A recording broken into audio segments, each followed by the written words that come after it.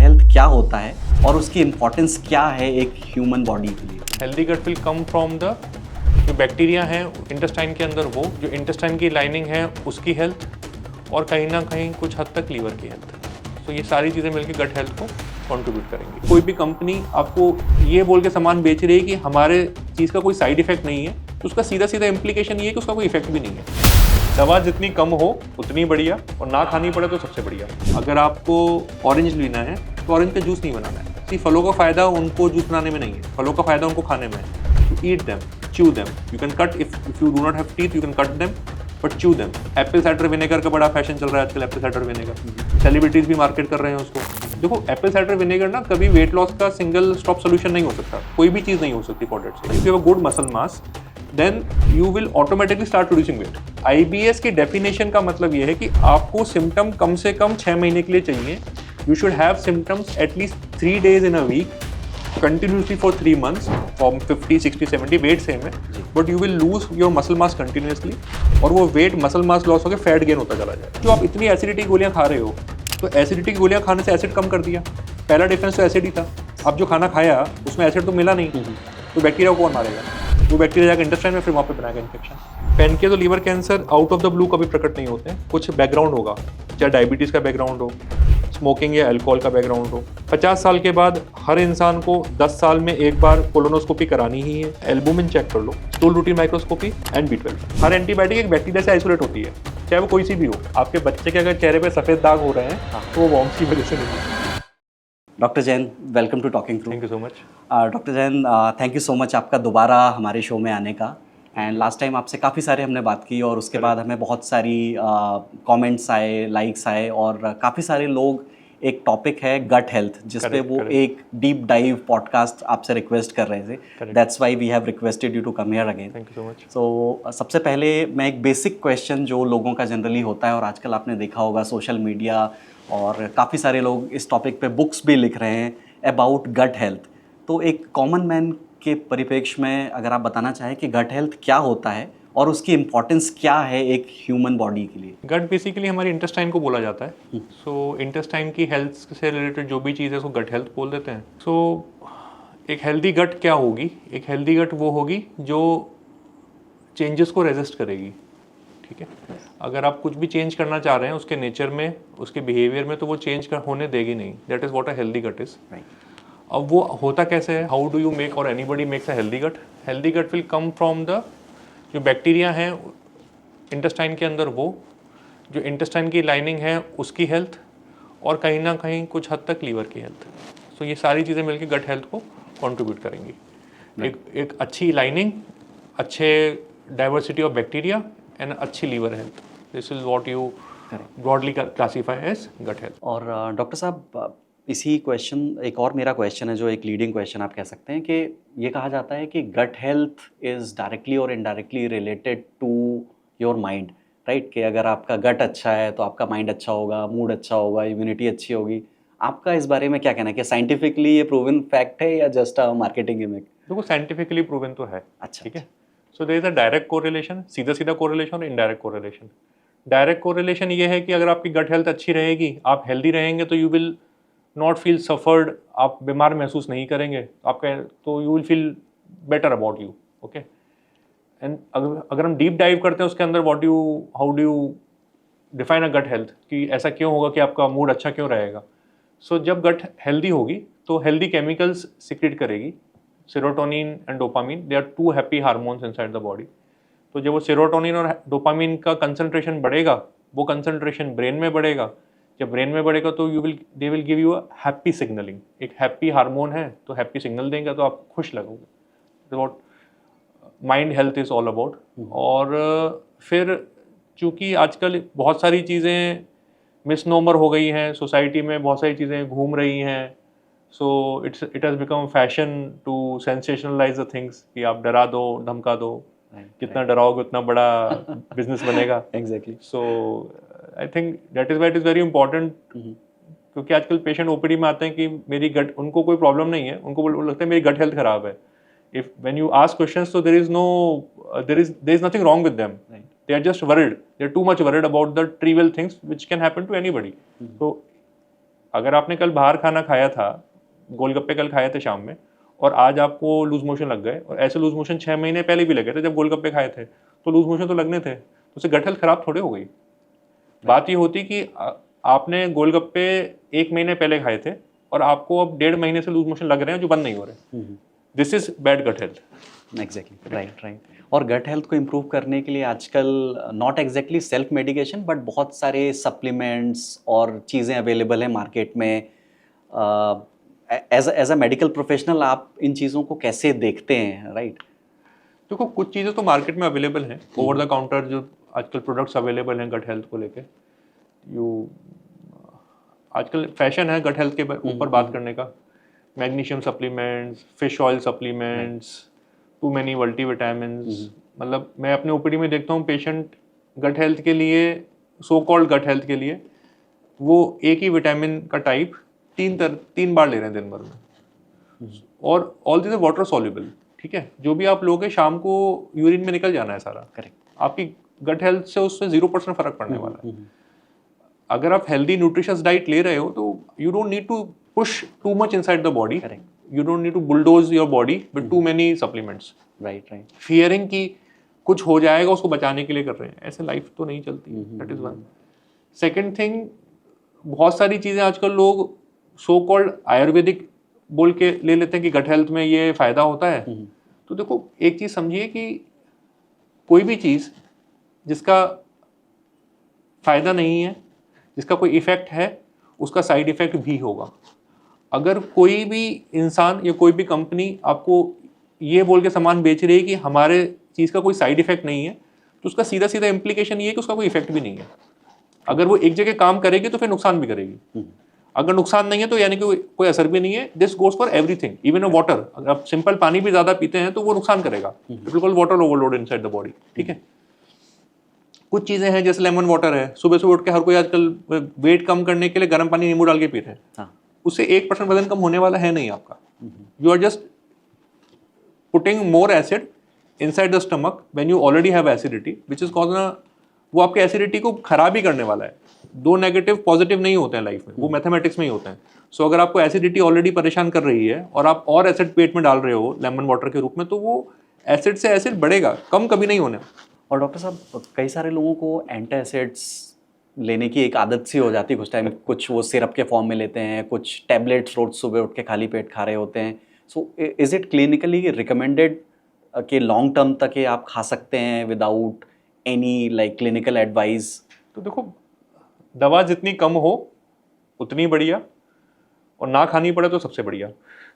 ठीक है, सो ये जो एसिडिटी की गोलियां का जो एपिडेमिक इंडिया में, हिंदुस्तान में चल रहा है, तो शुरुआत ये होती है कि आपको कभी आप 10 साल पहले बीमार पड़े थे, तब डॉक्टर ने 7 दिन की दवा लिख दी थी।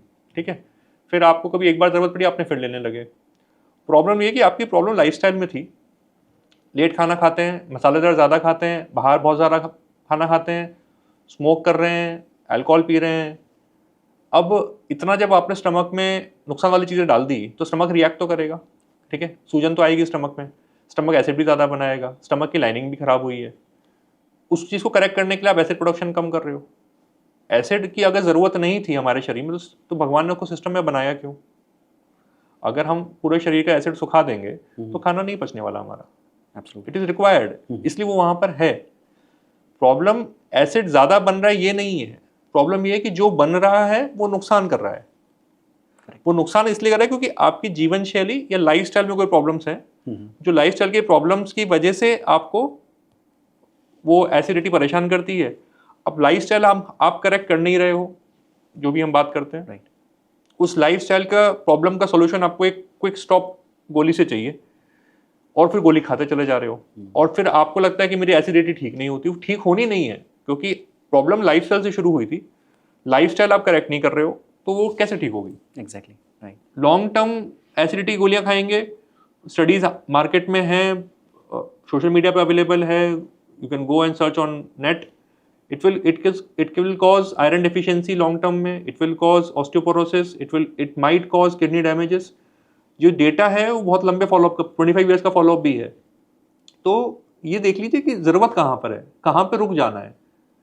इवन जो लोग एसिडिटी की गोली लंबे समय से ले रहे हैं, तो मेरा अगर उनको सिम्टम्स ज़्यादा हैं कि नहीं कंट्रोल कर पाते हैं, सो सीधा साधा जो व्हाट आई वुड से इज कि 3 दिन 4 दिन में एक गोली खा लो, क्योंकि एक गोली का असर 3-4 दिन रहने वाला है, एटलीस्ट उतना तो करो। एंड डॉक्टर साहब, जैसा आप लाइफस्टाइल के बारे में बता रहे थे, तो लाइफस्टाइल का एक एस्पेक्ट है कि हम खाना कैसा खाते हैं।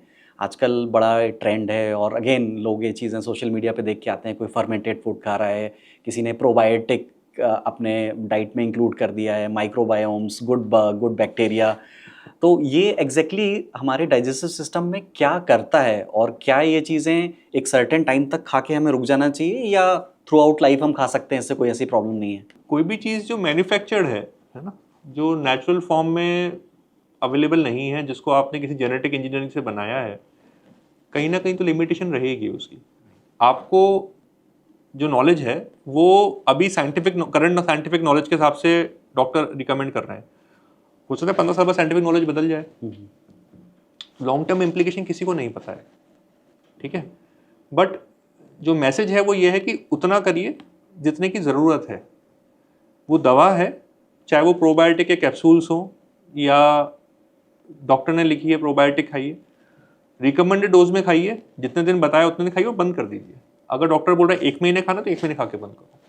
जस्ट कीप ऑन, लेते मत चले जाओ उसको कि भाई मुझे तो फायदा, कुछ नुकसान ना होगा, ताकि मैं बाहर के गोलगप्पे भी खा पाऊंगा, तो प्रोबायोटिक खाता रहता, तो वो that does not make sense. Correct. रही बात प्रोबायोटिक कंटेनिंग फूड्स की, देखो जो भी चीज़ नेचुरली फॉर्म में, कैफिर हो गया, चाहे योगर्ट है, कर्ड है, whatever are available in the natural form, they are good for your intestinal health. Please काम में लीजिए, रोज खाइए, कोई दिक्कत नहीं है। But don't take anything which is manufactured artificially. Okay, correct. और लाइफस्टाइल का दूसरा एस्पेक्ट है हमारी हैबिट्स।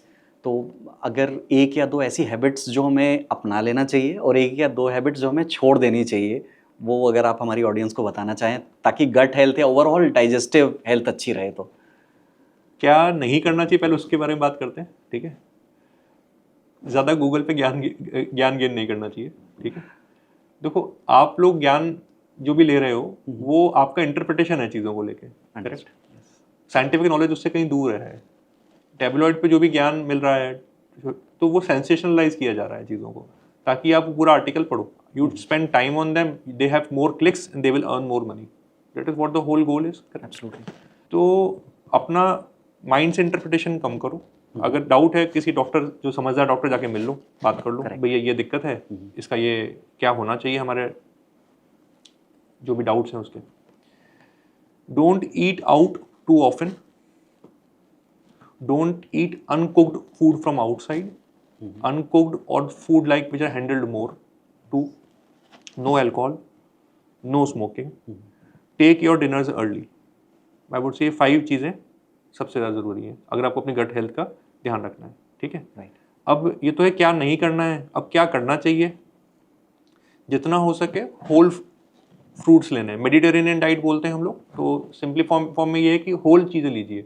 अगर आपको ऑरेंज लेना है, तो ऑरेंज का जूस नहीं बनाना है। फलों का फ़ायदा उनको जूस बनाने में नहीं है, फलों का फ़ायदा उनको खाने में है। तो ईट them, chew them. You can cut, if you do not have teeth, you can cut them, but chew them. That is one. Take whole fruits. Give your body ample time so that the body has a time to digest. शरीर को समय दीजिए ताकि शरीर digest करे। आपने 9 बजे breakfast किया है, 11 बजे फिर कुछ खा लिया है, 1 बजे फिर कुछ खा लिया है, 4 बजे फिर कुछ खा लिया, तो बॉडी को रेस्ट नहीं मिलने वाला, which is good for your, which is not good for your gut health. It might be good for someone who is reducing or trying to reduce weight. अब वो weight reduce क्यों होगा? क्योंकि खाना पचेगा ही नहीं। बिल्कुल, आपने खाया 2 घंटे फिर खा लिया, फिर 2 घंटे फिर खा लिया, तो खाना पचने नहीं वाला है वो सारा। So it is, that is why वो सर्ज नहीं होंगे और आपका वेट लॉस होगा। अगर आपको खाना खाना है और चाह रहे हैं कि खाना जो आप खा रहे हैं वो खाना पचे, तो टाइम दे दो शरीर को, एटलीस्ट 4-6 घंटे का गैप रख लो। Do a breakfast at a time, lunch करिए, डिनर मील्स के बीच में एक टाइम होना चाहिए, और सोने से पहले 2.5 to 3 आवर्स का टाइम होना चाहिए आपके लास्ट मील में और आपके स्लीप में, ताकि आपके सोने से पहले आपका खाना पच चुका हो, मेजर डाइजेशन हो चुका हो। That is one. एक हमने बात करी होल फ्रूट्स खाने हैं। तीसरी हमने बोला कि ये सुबह सुबह उठ के लेमन वाटर पीने का जो आजकल ट्रेंड चल गया है कि वेट लॉस होना है, प्लीज बंद करिए उसको। डोंट डू इट, ठीक है। Don't pop of supplements, don't magnesium supplement. आजकल लोग नींद के लिए मैग्नीशियम की गोलियां खा रहे हैं, वो हर सोशल मीडिया इन्फ्लुएंसर मैग्नीशियम खिला रहा है लोगों को, इट इज़ नॉट गुड। आपको मैग्नीशियम लेवल कराया नहीं है, मैग्नीशियम ज़्यादा होगा तो आपको डिप्रेशन भी कर सकता है, it can cause suicidal tendencies also. तो पहले पता तो कर लो, लेवल तो देख लो यार, कुछ लेवल, कुछ तो कहीं तो बार सेट करना पड़ेगा। एग्जैक्टली। ठीक है, तो उसके अकॉर्डिंग आई थिंक बात करते हैं। Very very. एक एप्पल साइडर विनेगर का बड़ा फैशन चल रहा है आजकल, एप्पल साइडर विनेगर। सो सेलिब्रिटीज भी मार्केट कर रहे हैं उसको। देखो एप्पल साइडर विनेगर ना कभी वेट लॉस का सिंगल स्टॉप सोल्यूशन नहीं हो सकता, कोई भी चीज़ नहीं हो सकती for that sake. So it is good as a replacement for your beer, your alcohol, your carbonated drinks, Limca, colas, उनके लिए ठीक है। वो इनो उससे बेटर है। तो कुछ नहीं, कुछ पीना है, फ्रेंड्स के साथ बैठे तो वो पी लो, at least better than those, but it will never become a supplement for your coconut water for that sake. छाछ से बेटर नहीं है वो, butter milk is always better than that. Absolutely. ठीक है, क्योंकि वो आर्टिफिशियली मैन्युफैक्चर्ड है, इट इज अगेन एसिड। तो एसिड मिलके आपका एसिड कम नहीं करने वाला। एक पेट में एसिड है, बाहर से भी एसिड डाल रहे हो तो एसिडिटी कम नहीं होगी। और एसिड डालने से वेट लॉस कैसे होता है, देयर इज नो क्लू। एक स्टडी पब्लिश हुई थी कुछ साल पहले, उस स्टडी के ऊपर सारी कंपनियों ने मार्केट कर दिया। उसके बाद कोई रैंडमाइज कंट्रोल ट्रायल पब्लिश नहीं हुआ है, कोई लार्ज स्टडी पब्लिश नहीं हुई है। So it is not good only thing for weight loss, it might cause you help weight loss with few other things together. Right. और डॉक्टर साहब, there is lot of talk about vegan diet, vegetarian, non vegetarian, intermittent fasting, उसको separately भी cover हम कर सकते हैं। सो आपका personal view point क्या है? क्या अलग अलग टाइप की डाइट से आपका गट हेल्थ इम्प्रूव हो सकता है, या एक बैलेंस डाइट हम कहें कि उसमें वेज भी हो सकता है, नॉन वेज भी हो सकता है, रफ वेज भी हो सकता है, वो ज़्यादा better? Balance diet always better होती है। यस। वीगन, वेजिटेरियन और non vegetarian, that depends on your belief. आपके जो बिलीफ हैं, जिसको आपको सूट करते हैं, उसके अकॉर्डिंग खाइए। प्रोटीन इंटेक मेंटेन होना चाहिए। वेजिटेरियन पीपल जो वेजिटेरियन खाना खाते हैं उनका यूजुअली प्रोटीन इंटेक मेंटेन नहीं होता है, तो प्रोटीन इंटेक आपको मेंटेन करना पड़ेगा, नहीं तो बूढ़ापा जल्दी आएगा, जल्दी बूढ़े होने वाले हो। ठीक है, अब बात होती है कि इंटरमिटेंट फास्टिंग करना अच्छा है क्या? इंटरमिटेंट फास्टिंग खा के वेट लॉस हो जाएगा क्या?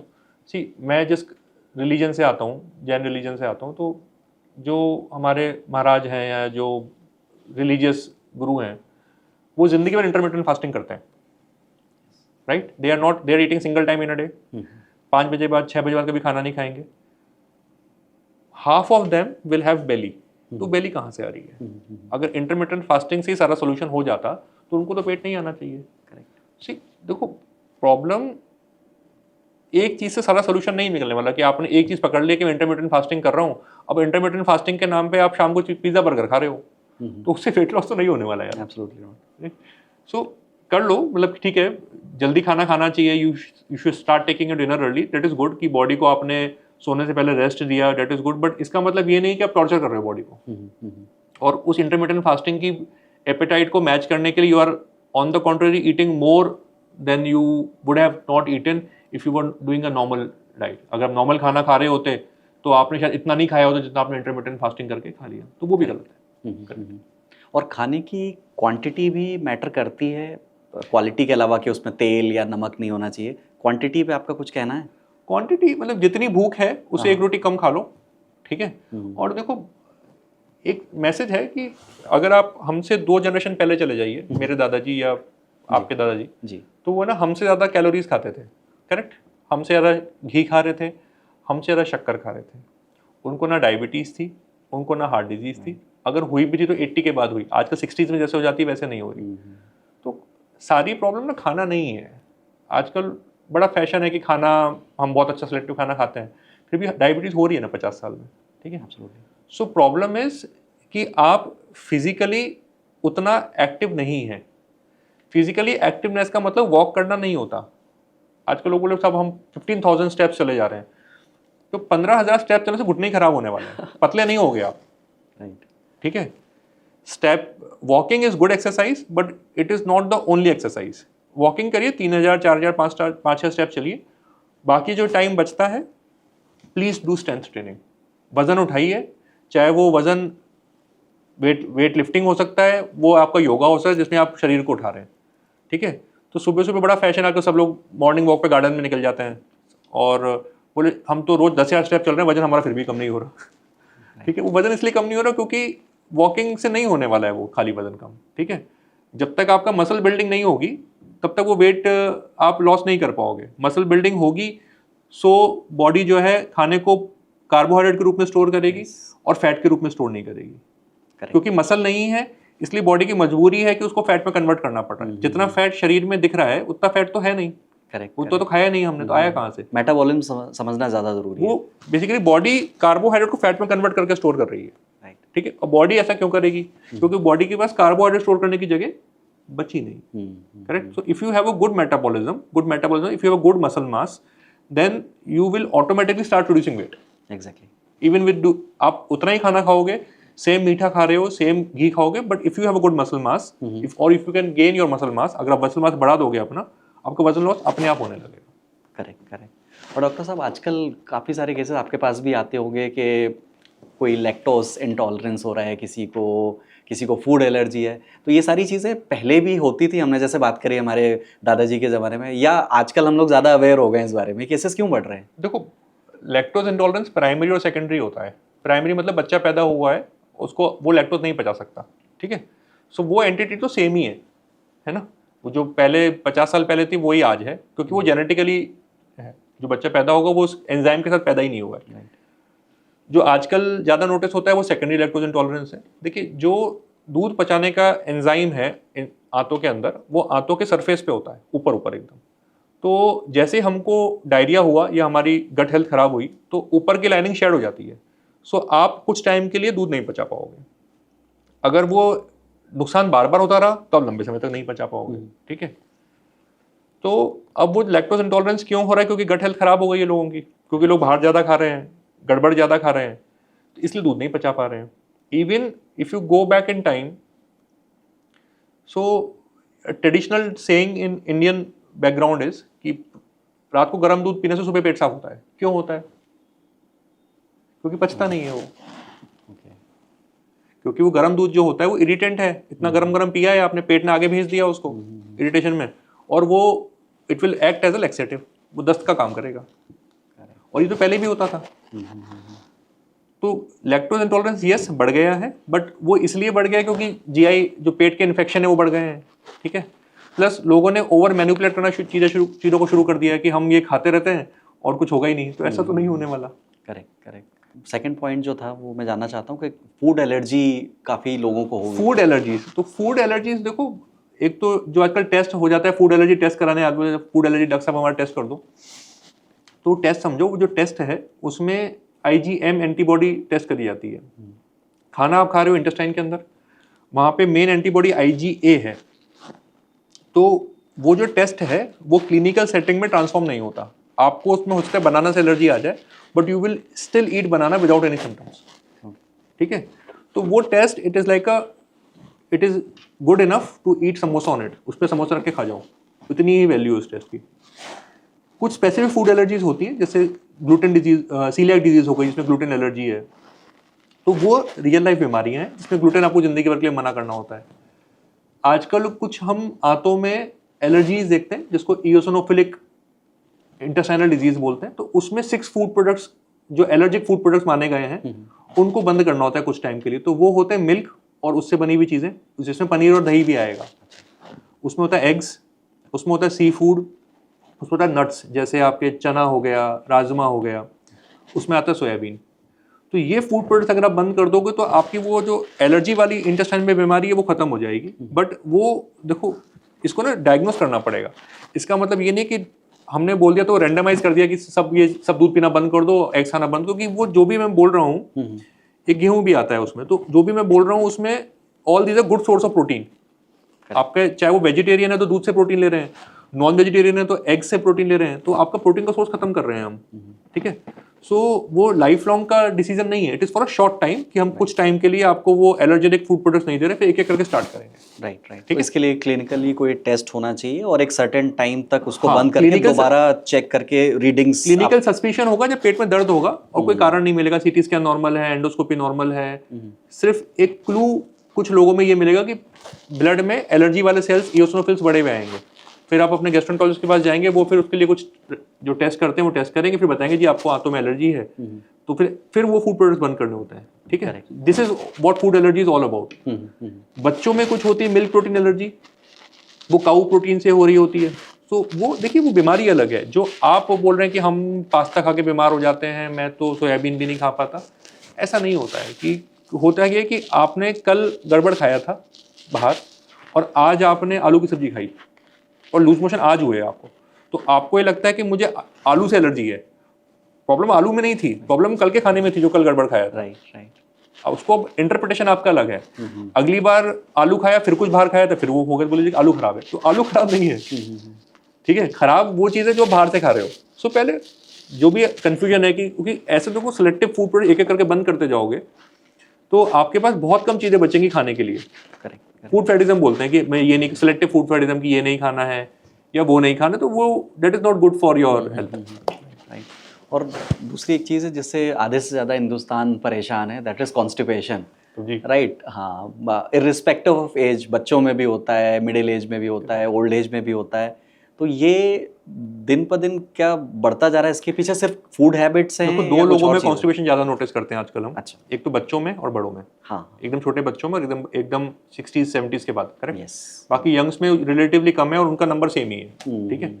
बच्चों में ज़्यादा इसलिए क्योंकि जब उनकी वीनिंग हुई थी 6 महीने के बाद, जब मम्मा ने ऊपर का खाना खिलाना शुरू किया था, तो फाइबर्स लाने की आदत डाली नहीं है, ठीक है।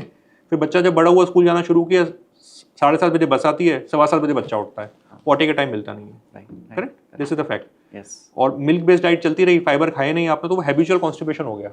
शुरू में आदत, टाइम नहीं मिला, अब आदत पड़ गई है कि शाम को पॉटी जाना है, ठीक है। फिर एंटीबायोटिक चल गई बीच में, वो कॉन्स्टिपेशन और खराब हो गया। सो ये गट हेल्थ नहीं है, it is a poor habit. जो ओल्ड एज में जाके हो रहा है कब्जी, अगर 100 लोग मेरे पास कब्जी करके ओल्ड एज में आते हैं, 90 लोगों को कब्जी होती नहीं है। देखो जैसे आप 60, 70, 80 क्रॉस करोगे, आपका ओरल इंटेक कम होता जाता है, because your requirement of energy is gone down. भूख उतनी लग नहीं रही क्योंकि फिजिकली उतने एक्टिव हो नहीं आप। अब खाने की क्वांटिटी कम हो गई है तो पॉटी की क्वांटिटी भी कम हो गई। हम जो खा रहे हैं खाना, इंडियन डाइट 30% फाइबर है, तो 30% तो ऐसे के ऐसे जो आप खा रहे हो, it is gonna come out in potty. 70% जो है डाइजेस्ट होना है, उसका 20% बाहर आना है, ठीक है। अब आपका एक्सपेक्टेशन ये है कि मैं जब यंग था तो मैं 6 रोटियां खाता था सुबह, 6 शाम में खाता था, 2 परांठे खाता था, बढ़िया फल सब्जी खाता था। जब मैं मॉर्निंग में जाता था खूब सारी पॉटी आ जाती थी। नाउ आई एम 70, अभी भी उतनी पॉटी आनी चाहिए, तो अभी उतनी पॉटी आने के लिए उतना खाना भी खाना पड़ेगा। एग्जैक्टली। और आप बूढ़े इसलिए हो रहे हो क्योंकि बॉडी स्लो पड़ रही है, खाली ब्रेन स्लो नहीं पड़ रहा है, हार्ट सब कुछ स्लो पड़ रहा है, इंटेस्टाइन भी स्लो पड़ रही है, तो आपकी डाइजेस्टिव कैपेसिटी भी कम हो रही है, ठीक है। सो जब सब चीज़ें कम हो रही हैं तो आंतों की चाल है, जो स्पीड है वो भी कम होगी। So every time you have a constipation, you are not passing stool, इसका मतलब ये नहीं कि जाके कब्जी की दवा खानी है, ठीक है। नया कब्जी है, पॉटी में ब्लड आ रहा है, वजन कम हो रहा है, आपकी उम्र 60 साल से ज़्यादा है, तो एक बार डॉक्टर से मिल लो कि कोई रिस्क वाली कब्जी तो नहीं है। अगर रिस्क वाली कब्जी नहीं है, बिल्कुल दवा लेने की जरूरत नहीं है। देखिए किताब ये कहती है कि अगर हफ्ते में 3 बार पॉटी जा रहे हैं तो वो बहुत है। ये अमेरिकन डेटा है, इंडिया का ऐसा कोई डेटा नहीं है, बट हमारे यहाँ तो लोगों को रोज 2 बार जाने की आदत है। तो आई हैव सी पीपल जो दिन में 3 बार पॉटी जा रहे हैं, उनको फिर भी लग रहा है मुझे कब्जी है। तो मेरा सवाल होता है कि भाई और कितनी बार जाना है। सो वो कब्जी नहीं है, वो बेसिकली पुअर गट हेल्थ है। आपको जो पॉटी महसूस हो रही है अंदर, वो पॉटी नहीं है, it is a inflammation or in the intestine which you are interpreting as constipation 1, या फिर आपकी जो पॉटी करने का तरीका है उसमें जो नर्व्स मिली हुई है वो नर्व में प्रॉब्लम है कि आप पॉटी उतना इफेक्टिवली कर नहीं पा रहे हो। फिजियोलॉजिकल जो डिसएनर्जिया बोलते हैं, डिफिकेशन डिसऑर्डर है कि आप पॉटी उतने से अच्छे से बाहर नहीं निकाल पा रहे।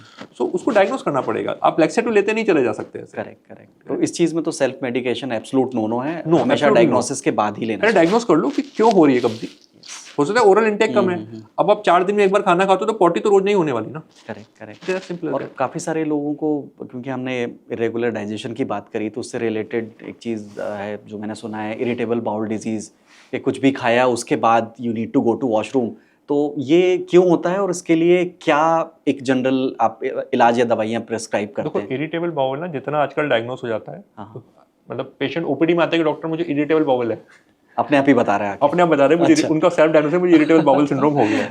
थैंक्स टू मैंने कभी- Google and chat GPT. Google chat GPT नहीं, डॉक्टर भी बोल रहे हैं, ऐसा अच्छा। नहीं है।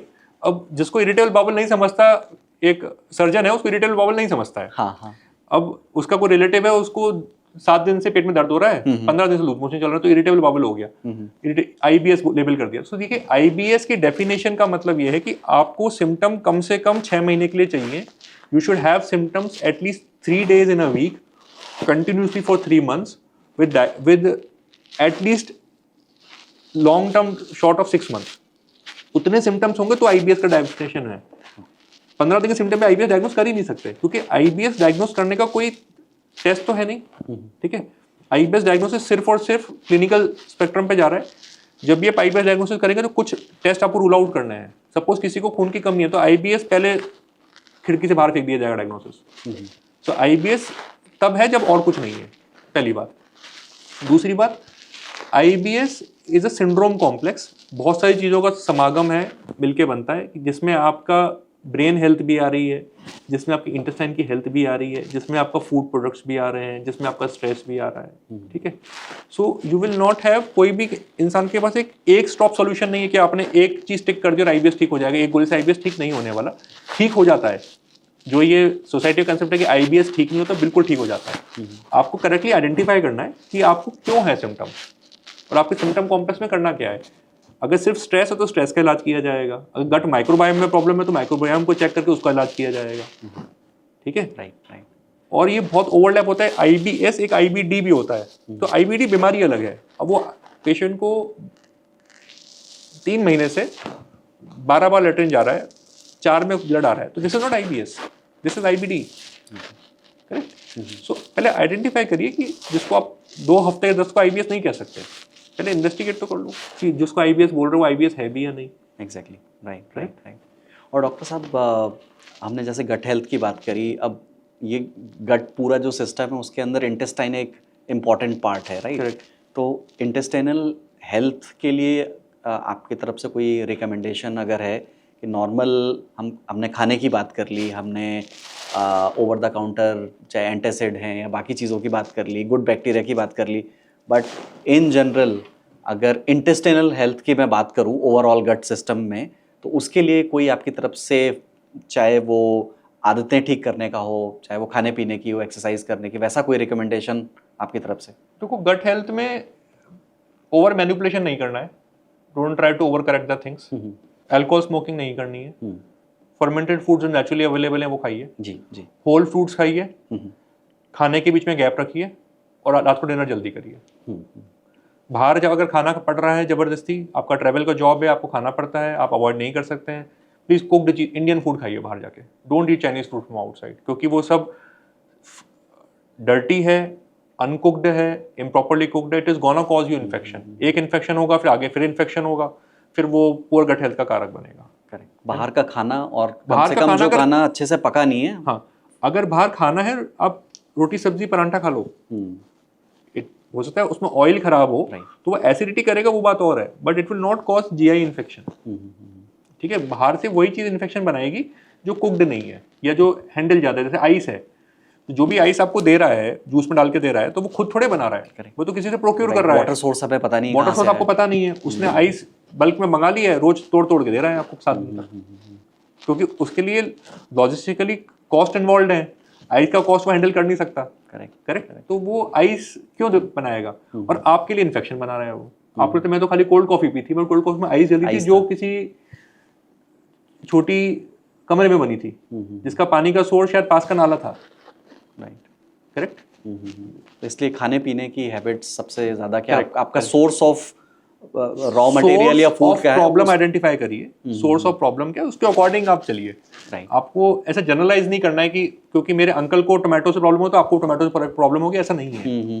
इट इज जस्ट एग्जाम्पल कि आप आइडेंटिफाई तो कर लो कि क्यों हो रहा है। करेक्ट। हो सकता है सिर्फ स्ट्रेस ही है, तो स्ट्रेस मैनेज करना सीख जाओगे तो स्ट्रेस इंटेस्टाइन अपने आप ठीक हो जाएगी। और डॉक्टर साहब, जैसे लाइफ को हम अलग अलग फेजेस में डिवाइड करें कि एक मान लीजिए 10 साल के पहले वाला फेज़ है, देन एडोलेसेंस वाला जो फेज़ आ रहा है, देन मिड एज, और 60s के बाद वाला, इसमें जो गट हेल्थ है, क्या वो एज के साथ चेंज होती है, या हम अपने फूड हैबिट्स और अपनी नॉर्मल आदतों को अगर कंट्रोल में रखें तो वो मैनेज हो सकता है, या एक नॉर्मल फिजियोलॉजिकल प्रोसेस है कि वो डिग्रेड होगा ही? देखो, एजिंग समझते हैं पहले। एजिंग, हम बूढ़े क्यों हो रहे हैं, है ना? 40 से 50 में खाली 10 साल नहीं बढ़ जाते, कुछ और भी बॉडी में चेंज हो रहा है।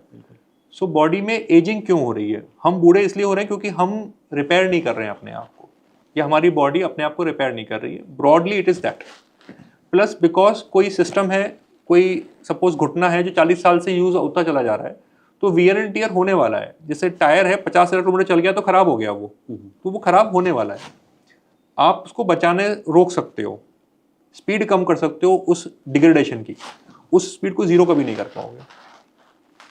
ठीक है, तो गाड़ी अगर रोड पे चलेगी तो टायर घिसने वाले हैं। रोड आप कितनी भी अच्छी बना दो, बट टायर तो घिसेगा। 50,000 में नहीं घिसेगा, 70,000 में जाके घिसेगा, but it is gonna go. अब फ्रॉम एज ऑफ 40 जो चेंजेस होते हैं, 40 तक तो देखिए मोस्ट ऑफ चीज़ें सेम रहती हैं। 40 के बाद क्या होता है कि एक तो आप फाइनेंशियली स्टेबल हो जाते हो, आपके स्ट्रेस लेवल्स कम हो जाते हैं क्योंकि आपकी लाइफ थोड़ी सी स्टेबल होने लगती है। Then you start relaxing yourself. Exercise नहीं कर रहे हैं, 40 साल तक शरीर, जवानी वाला शरीर खिंच गया, अब शरीर की एजिंग सेट इन हो रही है। यहाँ पे आप फिजिकली एक्टिवनेस नहीं है, मसल मास लॉस होने लगता है। सो आपका वेट भले से सेम है, फ्रॉम 50, 60, 70 वेट सेम है, but you will lose your muscle mass continuously, और वो वेट मसल मास लॉस होकर फैट गेन होता चला जाएगा। तो आपने डॉक्टर साहब वेट तो मेरा उतना ही है, वेट उतना है बट वो उसमें परसेंटेज ऑफ फैट बढ़ गया है। That is one. जैसे बाल सफेद हो रहे हैं, हार्ट स्लो हो रहा है, हार्ट में अटैक्स आ रहे हैं, तो इंटेस्टाइन भी स्लो हो रही है, आपका डाइजेस्टिव सिस्टम स्लो हो रहा है, प्रोडक्शन ऑफ जूसेस कम हो रहा है, पेनक्रियास कम काम करने लगेगी, लीवर में फैट डिपॉजिट होने चलेगा। तो देखिए, इन सब चीज़ों को ना आप रोक नहीं सकते, उसको स्पीड कम कर सकते। स्पीड कैसे कम करें कि हमारी एजिंग डिलेड हो, कि हम देर से बूढ़े हों? उसके लिए आपको फिजिकली एक्टिव रहना है, ठीक है, स्ट्रेस कम से कम लेना है, फ्रीक्वेंट जीआई इन्फेक्शन बचाने हैं, ठीक है। अगर आप ये कर लोगे तो देखिए, बुढ़ापे में जितनी भी बीमारियां हैं, आप जो हर इंसान को होनी है, diabetes, blood pressures, osteoarthritis, back pain, stroke, heart disease, liver disease, chronic kidney damages, osteoporosis, fractures, इन सब का कारण सिर्फ एक ही है, लैक ऑफ मसल मास। क्योंकि मसल मास कम था इसलिए बॉडी ने फैट अकोमुलेट करा। अब चूंकि बॉडी ने फैट अकोमुलेट करा इसलिए फैटी लीवर हुआ, फिर फैटी लीवर ने डायबिटीज़ करी, फैटी लीवर ने फिर हार्ट डिजीज़ करी, फैटी लीवर ने किडनी डैमेज करा, उसी ने स्ट्रोक करा, उसी की वजह से अब आपकी हड्डियाँ टूट रही हैं, उसी से लीवर सिरोसिस होगा। तो शुरुआत मसल मास से हुई थी, दैट इज़ वन। एक मैं स्पेशली जो 70 के ऊपर के लोग होते हैं, I always tell them please learn something new, कुछ नया सीखो, वो करो जो कभी लाइफ में कभी नहीं किया। जब तक कुछ नया नहीं सीखोगे तो न्यूरॉन्स को स्टिमुलेशन नहीं मिलेगा, तो आप ब्रेन की एजिंग नहीं रोक पाओगे। ब्रेन की एजिंग रोकने का एक ही तरीका है कि ब्रेन को कुछ नया सिखाओ। Exactly, correct. डॉक्टर जैन, मेरा नेक्स्ट क्वेश्चन है एक टर्म माइक्रोबायोम से रिलेटेड। इसको आप गट बैक्टीरिया बोले अपने मेडिकल टर्म्स में या कुछ और, इसके बारे में अगर आप हमारी ऑडियंस को कुछ बताएं, क्या इंपॉर्टेंस है? देखो, 3 साल के बाद, जब हम 3 साल के होते हैं, उसके बाद हमारे नंबर ऑफ बैक्टीरियाज और type of bacteria usually fix हो जाता है, ठीक है। एक बैक्टीरिया नहीं है, बैक्टीरियोइड्स हैं, फर्मिक्यूड्स हैं, वेलियोनेला है, तो एक डाइवर्सिटी हो जाती है। वो डाइवर्सिटी इसलिए है कि कुछ अच्छे बैक्टीरिया हैं, कुछ बुरे हैं, और ये नॉलेज ना बहुत लिमिटेड है। इवन गवर्नमेंट ऑफ इंडिया अभी कोशिश कर रही है गट माइक्रोबायोम को डिकोड करना। गट माइक्रोबायोम को डिकोड करना आपके जीनोम को डिकोड करने से ज़्यादा मुश्किल है। जैसे फॉर इनिशियली जब जीनोम कोडिंग स्टार्ट हुई थी, सो एक्सपेक्टेशन थी कि 3 लाख जीन है। जब फाइनली निकल के आया तो बोले जी 30,000 जीन ही है, जीन ही 30,000 है। तो गट माइक्रोबायोम में भी मुझे लगता है ऐसे ही कुछ होगा। आप बोलने वाले करोड़ों टाइप के जीन्स ऑर्गेनिजम्स हैं, बट अल्टीमेटली निकल के वो कुछ फाइनाइट ऑर्गेनिज्म आएंगे और उनके फिर सब फैमिलीज निकल कर आएंगी कि भाई ये इनकी सब फैमिली है। उसमें से कुछ बैक्टीरिया अच्छे हैं जो आपकी बॉडी को पॉजिटिव स्टिमुलेट करते हैं, कुछ बैक्टीरिया बुरे हैं। सो जब भी बैक्टीरिया की वेराइटी होती है, तो जब भी कुछ नया बैक्टीरिया, कोई भी हमारे घर में हम 4 लोग रहते हैं, नया आदमी कोई आकर तो हम धक्का देके बाहर दे देंगे ना। अगर हम 4 में से 3 आदमी बीमार हैं तो वो एक आदमी रेजिस्ट नहीं कर पाएगा, इसलिए बीमारियां हैं। करेक्ट, ठीक है, क्योंकि आपके गट की डाइवर्सिटी खत्म हो गई बार बार एंटीबायोटिक खा के या ओवर मैनिपुलेशन से। अब जो नया बैक्टीरिया आता है उसको रेजिस्टेंस नहीं मिलता, so he will that bacteria will easily form a house inside your gut, वो बीमारी शुरू करेगा, जैसे टाइफाइड का बैक्टीरिया है फॉर एग्जांपल, है ना। तो अगर आपकी गट इम्यूनिटी बहुत अच्छी स्ट्रांग है, you might resist a naturally acquired typhoid infection, आप बच जाओगे उससे शायद। हर बैसिलाई इन्फेक्ट नहीं बनाने वाला। दूसरा रीजन क्या है कि जो आप इतनी एसिडिटी गोलियां खा रहे हो, तो एसिडिटी की गोलियां खाने से एसिड कम कर दिया, पहला डिफरेंस तो एसिड ही था। अब जो खाना खाया उसमें एसिड तो मिला नहीं, तो बैक्टीरिया को कौन मारेगा? एग्जैक्टली वो बैक्टीरिया जाकर इंटेस्टाइन में फिर वहाँ पे बनाएगा इन्फेक्शन। ठीक है, सो जो भी आप मैनिपुलेशन कर रहे हो, it will have it cost. Correct, जो बॉडी का नेचुरल एक सिस्टम है, अगर आप उसको एब्रप्ट कर रहे हो किसी अगर आप उसको डिस्टर्ब कर रहे हो तो it will have it cost. Yes, acid जब सप्रेस रहता है तो एसिड खाली स्टमक में तो होता नहीं, आगे भी जाएगा, तो वो आगे भी आंतों के बैक्टीरिया को सप्रेस करके रखता है कुछ हद तक। लार्ज इंटेस्टाइन तक जाते जाते एसिड खत्म हो जाता है, तो आंतों के बैक्टीरिया का नंबर सडनली बढ़ जाता है। छोटी आंत में बैक्टीरिया 100 पर ml सॉर्ट ऑफ होते हैं, बड़ी आंत में bacteria 1 gram of stool will contain 10⁻14 bacteria. It is मतलब 1 करोड़ की पावर 10 लाख, इतने बैक्टीरिया 1 ग्राम स्टूल में है, और बॉडी उसको टॉलरेट कर रही है। मगर वहाँ एक बैक्टीरिया ब्लड में आ गया तो आपको फीवर आता है। ठीक है, तो प्रॉब्लम वैरायटी की है और लोकेशन ऑफ बैक्टीरिया की है। तो गट माइक्रोबायोम का मतलब ये नहीं है कि आप मिट्टी उठा के खा लोगे, क्योंकि बैक्टीरिया तो उसमें भी है, खा लो, मगर वो नुकसान करेगा। सो सही जगह पे होने चाहिए, सही अमाउंट में होनी चाहिए, और वैरायटी होनी चाहिए। जितना एंटीबायोटिक्स खाएंगे उतनी वैरायटी मरती चली जाएगी। तो आपके टाइफाइड के एंटीबायोटिक से टाइफाइड का बैक्टीरिया नहीं मरेगा, अच्छे बैक्टीरिया भी मरेंगे, और it will become make you more prone for subsequent infection. आप आगे इन्फेक्शन जो है बढ़ जाएंगे आपके। तो इसलिए आई ऑलवेज टेल कि जब किसी को इन्फेक्शन हो गया, एंटीबायोटिक खाई किसी भी कारण से, अगले 2 महीने बिल्कुल बाहर मत खाना, फिर वापस इन्फेक्ट होकर आओगे, क्योंकि आपकी इम्यूनिटी अब कुछ टाइम के लिए पूरी कम हो गई है। बॉडी को टाइम लगेगा रिकवर करने में, बॉडी विल कम आउट, आपको कुछ करना नहीं है, टाइम दे दो, बॉडी ठीक हो जाएगी। डॉक्टर साहब, जैसे अभी आपने रीअकरिंग इन्फेक्शंस के बारे में भी बताया, जनरली ये टाइफाइड और जॉन्डिस के केसेस में होता है, तो जिन लोगों को भी टाइफाइड या जॉन्डिस नियर पास्ट कभी हुआ है, उनके लिए कोई रिकमेंडेशन है कि दोबारा वो चीज़ें रिलैप्स ना हो? क्या फूड हैबिट्स उनको रखना चाहिए बचाव के लिए? देखो, टाइफाइड ना एक बहुत कॉमन सी नॉलेज है, गंदे पानी से फैलता है, ठीक है, और ये नॉलेज आई थिंक बहुत सारे डॉक्टर्स में भी नहीं है। अगर आपको टाइफाइड हो चुका है, इसका मतलब लाइफ लॉन्ग इम्यूनिटी नहीं है। तो टाइफाइड होने के बाद 1 महीने का टाइफाइड का वैक्सीन लगवाना है। नॉर्मली बाकी इन्फेक्शन में ऐसा नहीं माना जाता है, क्योंकि वो आपको इम्यूनिटी नहीं देगा टाइफाइड का इन्फेक्शन। दिस इज समथिंग मैंने कभी नहीं सुना, ये हाँ, चीज़ की जरूरत कि होती है। आपको टाइफाइड का वैक्सीन टाइफाइड होने के बाद भी लगवाना है, तुरंत नहीं लगेगा, मगर 1 महीने के बाद लगे, ताकि आपकी एटलीस्ट बाकी 4-5 साल की सेफ्टी हो जाए। ठीक है, जितना टाइफाइड इस एरिया में जहाँ पे हम रह रहे हैं या प्रैक्टिस करते हैं एनसीआर में, उतना टाइफाइड पूरे हिंदुस्तान में कहीं नहीं है। रीज़न है ओवर क्राउडिंग। ठीक है, अब बात करते हैं वायरल इन्फेक्शंस की। देखो, हेपेटाइटिस ए और E they are once in a lifetime infections, एक बार होगा, आपको लाइफ लॉन्ग की इम्यूनिटी देंगे। हेपेटाइटिस ए का वैक्सीन ऑलरेडी है, एग्जिस्टिंग है, every adult male should have it. ऐसा इंसान जिसको कोई बीमारी है लीवर की, किडनी को 100% लगाना है, क्योंकि उन लोगों को नुकसान नहीं करेगा जो यंग आदमी है, मगर जिसको ऑलरेडी लीवर डिजीज है उसको पक्का हेपेटाइटिस ए जब आएगा अगर, so he might land up in liver failure. ठीक है, ई का वैक्सीन अभी तक मार्केट में नहीं था, नेक्स्ट महीने एक फार्मास्यूटिकल कंपनी लॉन्च कर रही है, सो ई का वैक्सीन भी है अब आपके पास। 2 इन्फेक्शन दोनों बचा सकते हो। हेपेटाइटिस बी का वैक्सीन पहले से मौजूद है, सिर्फ हेपेटाइटिस सी रह जाता है, जो कि ब्लड से ट्रांसमिट होता है। तो उसके लिए आपको अपनी आदतें वो सुधारनी है। करेक्ट। और डॉक्टर साहब, 2 चीज़ें मैं आपसे और पूछना चाहता हूँ। ये हमारे इनिशियल डिस्कशन का पार्ट नहीं था, जस्ट अ लीडिंग क्वेश्चन। सो हिंदुस्तान में नहीं, पूरे वर्ल्ड में काफ़ी सारे केसेस बढ़ते जा रहे हैं जो कि रिलेटेड हैं cancer which is related to our digestive system. Correct, right, वो चाहे इंटेस्टाइन का हो या स्टमक से रिलेटेड हो, पैंक्रियाज से हो, तो इन चीज़ों से बचाव, आई नो कि कैंसर किसी को भी हो सकता है, ये कहते हैं, राइट? करेक्ट। अगर कोई बचाव के तरीके हैं, दूसरा, और अगर किसी को ये हो जाता है तो उसके लिए क्या ट्रीटमेंट है? और आज की डेट में इतना टेक्नोलॉजिकल एडवांसमेंट हो गया है, तो सिर्फ ऑपरेशन ही एक रास्ता है या दूसरी चीज़ें? आई नो थोड़ा सा लंबा क्वेश्चन है, बट अपने हिसाब से आप इसको ब्रेकअप करके बता सकते हैं। देखो, पहले अभी बहुत लंबा क्वेश्चन, तो मैं ऑर्गन स्पेसिफिक चलता हूँ। फूड पाइप और स्टमक, इसके कैंसर है ना। सो फूड पाइप के दो कैंसर होते हैं, squamous cell carcinoma, adenocarcinoma. Squamous cell carcinoma tobacco या स्मोकिंग से होता है, वो मत करो। एडिनोकार्सिनोमा एच पैलोरी स्टमक की वजह से होता है, तो स्टमक का एच पैलोरी अगर सिम्टम्स हैं डायग्नोस करिए, उसको ट्रीट करिए। ट्रीटमेंट के बाद इरेडिकेशन डॉक्यूमेंट करिए। 70% ऑफ इंडियन पॉपुलेशन है एच पैलोराई, 70%, मतलब 140 करोड़ में से 100 करोड़ लोगों को एच पैलोराई है, ठीक है। And it is a class 1 carcinogen, ठीक है, कैंसर कारक बनता है। सब में नहीं करेगा बट अच्छे खासे लोगों में करेगा। पहले रिकमेंडेशन अलग थी, अब है कि जिसमें एच पैलोराई आ गया है, सिम्टम है या सिम्टम नहीं है, आपको इलाज करना है उसका। और इलाज करने के बाद ये डॉक्यूमेंट जरूर करना है कि वो गायब हो गया है, क्योंकि वो बैक्टीरिया बहुत नोटोरियस है ठीक ना होने के।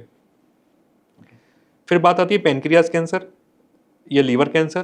पेनक्रियाज और liver cancer out of the blue कभी प्रकट नहीं होते हैं, कुछ बैकग्राउंड होगा, चाहे डायबिटीज़ का बैकग्राउंड हो, स्मोकिंग या अल्कोहल का बैकग्राउंड हो। तो जिन लोगों को ये बैकग्राउंड है, ज़्यादा विजिलेंट रहना है। नई नई डायबिटीज स्टार्ट आई है, प्लीज़ देख लो एक बार, आपको 60 साल में नई नई डायबिटीज है, प्लीज़ देख लो कि पेनक्रियाटिक कैंसर तो नहीं हुआ, कैंसर डायबिटीज से रिप्रेजेंट कर रहा है, it is very common.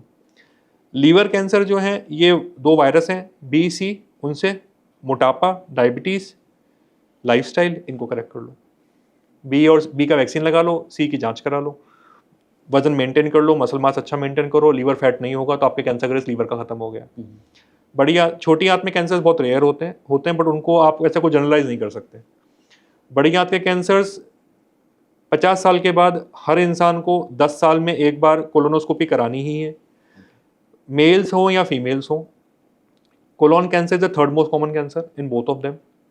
Preventable है मगर सही स्टेज पे पता करने पे, क्योंकि वो कैंसर इतने प्रकट नहीं होगा किसी में भी। पहले पॉलिप बनेगा, कोई ओवरग्रोथ होगी, मस्सा सा बन गया, फुंसी सी बन गई इंटेस्टाइन में, वो फुंसी बनते बनते बनते 10 साल में कैंसर बनाएगी। सिम्टम देगी, वो सिम्टम होगी खून की कमी, ठीक है। और वो खून की कमी को आपको लगेगा आप आयरन खा लिया, अब आयरन खा के तो दूर होनी थी, क्योंकि लॉस तो होता रहेगा। 6 महीने बाद फिर खून कम हो जाएगा, आप फिर आयरन खा लोगे, 4-5 साल कार्यक्रम चलता रहेगा, फिर 5 साल बाद ब्लीडिंग होगी, तब आपको डायग्नोस होगा कि आंतों में कैंसर है। अगर आपने आयरन की, देखो जिस भी इंसान को आयरन की कमी है हिंदुस्तान में, अगर आपके पास कोई ऑब्वियस आंसर है तो बात ठीक है, नहीं तो आपको आंसर बड़ी आंत से मिलने वाला है। कोई पॉलिप होगा, हो सकता है मस्से हो। 10 लोगों की जांच अगर 50 साल के बाद में करता हूँ, जिनको खून की कमी है और आयरन की कमी भी हमने डॉक्यूमेंट करी है, उन 10 में से 6 लोगों को मुझे कोई ना कोई पॉलिप जरूर मिलेगा। इतना कॉमन है, डायग्नोस नहीं होते हैं। डायग्नोस होते हैं उस स्टेज पे जब वो कैंसर बना चुके हैं, और प्रिवेंट कर सकते हो आप। तो हमें जो भी सिम्टम्स हैं उनको केयर, अगर आपको 50 साल के बाद खून की कमी है, हाँ, और आयरन की कमी साथ में आ रही है, आपकी कोलोनोस्कोपी होनी ही होनी है। It has to be done, at least इतना तो कर लो। 10 साल में एक बार मत करो, मगर खून की कमी के साथ तो प्लीज करा लो। करेक्ट। और कोई ऐसे, ये तो आपने एज वाइज बताया रिकमेंडेशन के कोलोनोस्कोपी कराना चाहिए। इन जनरल अगर जैसे ब्लड टेस्ट लोग काफ़ी फ्रिक्वेंट कराते हैं कि साल में मुझे एक बार तो कराना है, लेकिन डाइजेस्टिव हेल्थ रिलेटेड अगर कोई रिकमेंडेड टेस्ट हैं या कोई वैक्सीनेशन है, वो अगर आप ऑडियंस को as a whole crux of this podcast बताना चाहें तो। देखो, if you ask me something for digestive health, मुझे लगता है कि एक ना एल्बुमिन चेक कर लो, सीरम एल्बुमिन, LFT का पार्ट आता है, अच्छा ठीक है। एक अपना B12 चेक कर लो, ठीक है। 2 चीज़ें, स्टूल के नंबर देख लो, स्टूल रूटीन माइक्रोस्कोपी करा लो। I think these 3 things will cover most, and 1 haemoglobin, जिसमें आपकी आयरन डेफिशिएंसी है। तो haemoglobin, serum albumin, stool routine microscopy and B12, ये 4 चीज़ें कर लो। सो हीमोग्लोबिन कम होगा तो कहीं ना कहीं आंतों में से लॉस चल रहा है, आपकी बीमारी सारी पकड़ में आ गई वहाँ पे। एल्बुमिन कम है यानी कि पाचन क्रिया ठीक नहीं है, या तो पेनक्रियाज से आंसर मिलेगा या आंतों से मिलेगा। आयरन की कमी है तो ब्लड लॉस हो रहा है, ठीक है। B12 क्यों कह रहा हूँ, देखो B12 ना, B12 इज रिक्वायर, जो उसकी ज़रूरत है DNA के मैच्योर होने के लिए। कोई भी सेल जो डिवाइड होता है, सबसे ज़्यादा डिवाइड हो रहे हैं आपके बालों के नीचे, आपकी स्किन पे और आपकी आंतों में। सबसे ज़्यादा सेल डिवीजन वहीं चल रहा है, वहाँ पे सबसे ज़्यादा DNA की ज़रूरत है। वो DNA तब बनेगा जब B12 होगा, ठीक है। अगर B12 डेफिशिएंसी नहीं है, that could be one of the reason why you have poor gut health, not the only reason. एक रीजन हो सकता है कि क्योंकि B12 कम था इसलिए सेल्स डिवाइड नहीं होते हैं, सेल्स की लाइनिंग नहीं रिन्यू नहीं हो रही है, आंतों की लाइनिंग रिन्यू नहीं हो रही है, इसलिए आपको बार बार इन्फेक्शन हो रहा है। और आजकल मैंने देखा है विटामिन B12 लोग ओवर द काउंटर अपने आप लेके सेल्फ मेडिकेशन में यूज करते हैं, इज देखो- दैट रिकमेंडेड? देखो वाटर सॉल्युबल विटामिन है, हाँ हाँ ओवर द काउंटर लोगे ज़्यादा लोगे वो बाहर यूरिन में निकल जाना है, Yes. ठीक है, टेस्ट करा लो, देख लो कम है क्या। I personally like to give B12 as a injection rather than a tablet. Tablet से ना वो लेवल अचीव होता नहीं है जो इंजेक्शन से हो जाएगा। इंजेक्शन के अपने साइड इफेक्ट्स हैं, तो देखो जनरलाइज नहीं कर सकते, Right. बट अगर आपको कमी है तो इंजेक्शन लगा के दूर करना ज़्यादा बेटर है एज कम्पेयर टू गोली खाना। क्योंकि गोली खाने का most of time what we see वो बढ़ता है नहीं, उस लेवल से नहीं बढ़ता जितना हम एक्सपेक्ट करते हैं, पहली बात। दूसरी बात ये कि B12 कम हो क्यों रहा है, क्यों सबका B12 कम है, पहले तो नहीं होता था। सो उसका आंसर मुझे लगता है कहीं ना कहीं हमारी गट हेल्थ पे ही है। B12 बन कहाँ रहा था, B12 आता था नॉन वेजिटेरियन फूड में। अब बहुत सारे लोग वेजिटेरियन है, उनका तो B12 कम नहीं था, उनका B12 कम क्यों हुआ? तो पहले तो नहीं हो रहा था, वेजिटेरियन तो पहले भी थे वो, ठीक है।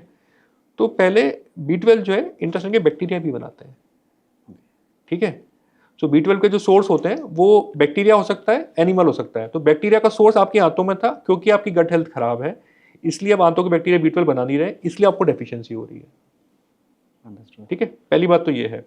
दूसरा B12 जहाँ से एब्जॉर्ब होता है आंतों में, अगर वहाँ पे कोई बीमारी चल रही है, स्पेशली जैसे सीबो बोल देते हैं हम, स्मॉल सेल बैक्टीरियल ओवरग्रोथ, तो वो B12 सारा कंज्यूम हो जाएगा, तो आपको वो डेफिशिएंसी रहेगी। अब 6 महीने करेक्ट करोगे, 6 महीने फिर डेफिशिएंसी होने वाली B12, correct. Over the counter नहीं लेना है, कम है तो रिप्लेस कर लो, करेक्ट। ऐसा नहीं कि 6 महीने लेते चले जा रहे हैं, क्योंकि वाटर सॉल्युबल है, नुकसान नहीं करेगा ज़्यादा लेने पे शायद, बट कुछ फायदा भी नहीं कर रहा है। यू आर जस्ट, आप पैसे वेस्ट कर रहे हैं और एक वो रोज स्ट्रेस बना हुआ है कि B12 की गोली खानी है, जिसकी जरूरत नहीं है शायद, करेक्ट। Right right. और डॉक्टर साहब एक मेरा लास्ट लीडिंग क्वेश्चन जो था वो ये पर्सनली मैं जानना चाहता हूँ, एंटीबायोटिक रेजिस्टेंस काफ़ी बैक्टीरियाज बढ़ रहे हैं, तो उसका कोई रीज़न क्या, हमारी बॉडी की इम्यूनिटी कम हो रही है या बैक्टीरिया ज़्यादा स्ट्रांग हो रहा है, या कुछ और रीज़न है जो हम थोड़ा सा अपनी लाइफस्टाइल में या किसी चीज़ में चेंज करके बेटर कर सकते हैं, रेजिस्टेंस बैक्टीरियाज को रोक सकते हैं? देखो एंटीबायोटिक रेजिस्टेंस ना, ये इसका मक्का कह दो या एपिटोम कह दो, वो इंडिया है, ठीक है। क्योंकि जितनी रैम्पेंट यूज एंटीबायोटिक इंडिया में होती है पूरी दुनिया में कहीं नहीं होती। कारण ये कि इजीली अवेलेबल है, आपने केमिस्ट के पास रखवा दी है, केमिस्ट की जिसको अच्छा उसको एंटीबायोटिक खिला देता है। 90% ऑफ इन्फेक्शंस जो भी आपको हो रहे हैं, चाहे बैक्टीरियल इन्फेक्शन भी हो, आपको एंटीबायोटिक की जरूरत नहीं है। सारे जो सर्दी खांसी जुकाम में सब एजिथ्रोमाइसिन और खा रहे हैं, जरूरत नहीं है। आप दवा खाओगे तो भी 5 दिन में ठीक होना है, नहीं खाओगे तो भी 5 दिन में ठीक होना है। प्रॉब्लम ये कि तीसरे दिन जाके आप इम्पेशेंट हो जाते हो कि मुझे तो बुखार जा नहीं रहा मेरा, चौथे दिन एंटीबायोटिक खा लो तो 5वें दिन वो वैसे भी ठीक होना था, अब उसका क्रेडिट उस एंटीबायोटिक को मिल जाता है जिसकी जरूरत नहीं थी। अब वो एंटीबायोटिक खा ली तो उसने एक तो रेजिस्टेंस क्रिएट कर दिया बॉडी में, उसने गट हेल्थ खराब कर दिया। एंटीबायोटिक है, बैक्टीरिया को तो मारेगी, वायरस को तो मार नहीं सकती, जिसकी जरूरत ही नहीं थी, बिल्कुल, ठीक है। डायरिया हो गया, बाहर कुछ गड़बड़ खाया तो डायरिया हो गया, तो अब डायरिया मोस्टली वायरल है, ये टॉक्सिन मीडिएटेड है। आपको एंटीबायोटिक नहीं चाहिए, आपको प्रोबायोटिक चाहिए थी ज़्यादा से ज़्यादा एट द मैक्स, तो आपने बिना बात के एंटीबायोटिक खाई, अब उस एंटीबायोटिक ने आपके बैक्टीरिया मार दिए अच्छे वाले, तो अब नए इन्फेक्शन पैदा होंगे, ठीक है।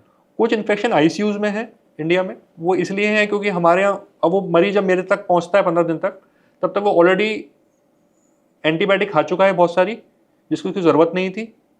जो डोज थी वो डोज कम दी गई, तो बैक्टीरिया ने फिर अडेप्ट कर लिया अपने आप को। भाई सपोज 1 ग्राम देना था, आपने 0.5 ग्राम दे दिया, क्योंकि मरीज को लगता है कि यार 1 ग्राम तो गर्म दवाई है, 0.5 ग्राम कम गर्म है, तो अब वो 0.5 ग्राम के चक्कर में वो बैक्टीरिया ने अपने आप को अडेप्ट कर लिया उस एंटीबायोटिक के लिए। एंटीबायोटिक है क्या? एंटीबायोटिक एक केमिकल है जो बैक्टीरिया खुद सीक्रेट करता है। हर एंटीबायोटिक एक बैक्टीरिया से आइसोलेट होती है, चाहे वो कोई सी भी हो। किसी बैक्टीरिया ने सीक्रेट कराया उस केमिकल को बाकी बैक्टीरिया से बचने के लिए। This is what antibiotics is, ठीक है।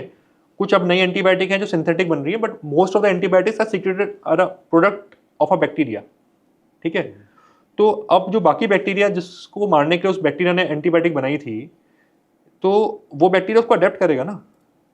अगर आपने एक साथ बहुत सारा दे दिया तो मर जाएगा, थोड़ा थोड़ा करके दिया तो वो अपनी आदतें बदलता जाएगा। यही रेजिस्टेंस है, ठीक है। तो अगर आपने बिना जरूरत के एंटीबायोटिक खाई, प्रॉपर डोज में नहीं खाई, प्रॉपर ड्यूरेशन में नहीं खाई, तो वो आपने रेजिस्टेंस क्रिएट कर दिया है जानबूझ के। अब अगली बार जब आपको जरूरत पड़ेगी उस एंटीबायोटिक को काम नहीं करने वाली। Understood, right. डॉक्टर साहब थैंक यू सो मच, इतना सिंप्लीफाइड टर्म में आज आपने एंटीबायोटिक रेजिस्टेंस बताया। आई एम श्योर कितनी भी बुक्स कोई पढ़ लेना उसको ये चीज़ समझ नहीं आएगी, उसके लिए पॉडकास्ट देखना पड़ेगा। देखो अगर आपने कोई चीज़, अगर आप कोई बात सिंप्लीफाइड लैंग्वेज में समझा नहीं सकते ना, तो आपको वो चीज़ समझ में नहीं आई है। Correct correct correct. एक मैंने कहा था कि लास्ट क्वेश्चन है, बट एक क्वेश्चन और मेरे दिमाग में आ रहा है, और ये बहुत सारे पेरेंट्स ज़रूर इस चीज़ में इंटरेस्ट रखेंगे। छोटे बच्चों में पेट के वर्म्स की प्रॉब्लम बहुत कॉमन है इंडिया में, अक्रॉस द ग्लोब होगी, लेकिन जनरली क्या होता है, लोग कहते हैं बच्चा बड़ा हो जाएगा, प्रॉब्लम ठीक हो जाएगी। बट आपके हिसाब से क्लिनिकली ये प्रॉब्लम कितनी सीरियस है, उससे बच्चे को क्या क्या प्रॉब्लम्स हो सकती है, और क्या ये अपने आप ठीक हो जाती है या इसके लिए दवाई खाना और कुछ चीज़ें चेंज करना जरूरी है? बिफोर हम वॉर्म के, आपने कोई वॉर्म का क्वेश्चन पूछा, तो क्या वॉर्म नहीं है पहले वो पता कर लो। अच्छा, ये कि इम्पोर्टेंट। कौन सा सिम्टम वॉर्म के सिम्टम नहीं है जी। आपके बच्चे के अगर चेहरे पे सफेद दाग हो रहे हैं तो वो वॉर्म्स की वजह से नहीं है। अगर आपके बच्चा दांत किटकिटाते रात में तो वो वॉर्म्स की वजह से बचपन से यही सुना है मैंने। तो वो ब्रक्सिज्म जो हो रहा है, ये सफेद दाग जो चेहरे पे है, वो वॉर्म्स की, पेट में कीड़ों की वजह से नहीं है। ठीक है, पेट में कीड़े उन बच्चों को हैं जो मिट्टी उठा के खा लेते हैं, या बच्चों में क्योंकि जमीन पे खेल रहे हैं तो कुछ एग्स चले गए, उस वजह से हैं।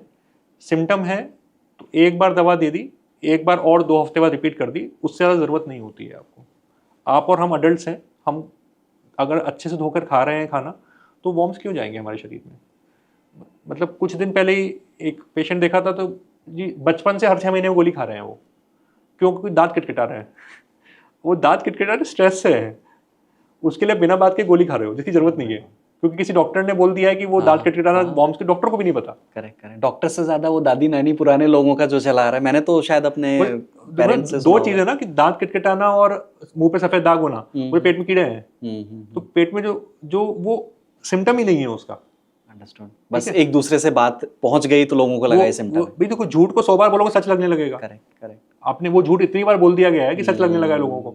दांत किटकिटाना मतलब वॉर्म्स होता है, हमने भी सुना है बचपन में, हमने भी खाई होंगी शायद। राइट।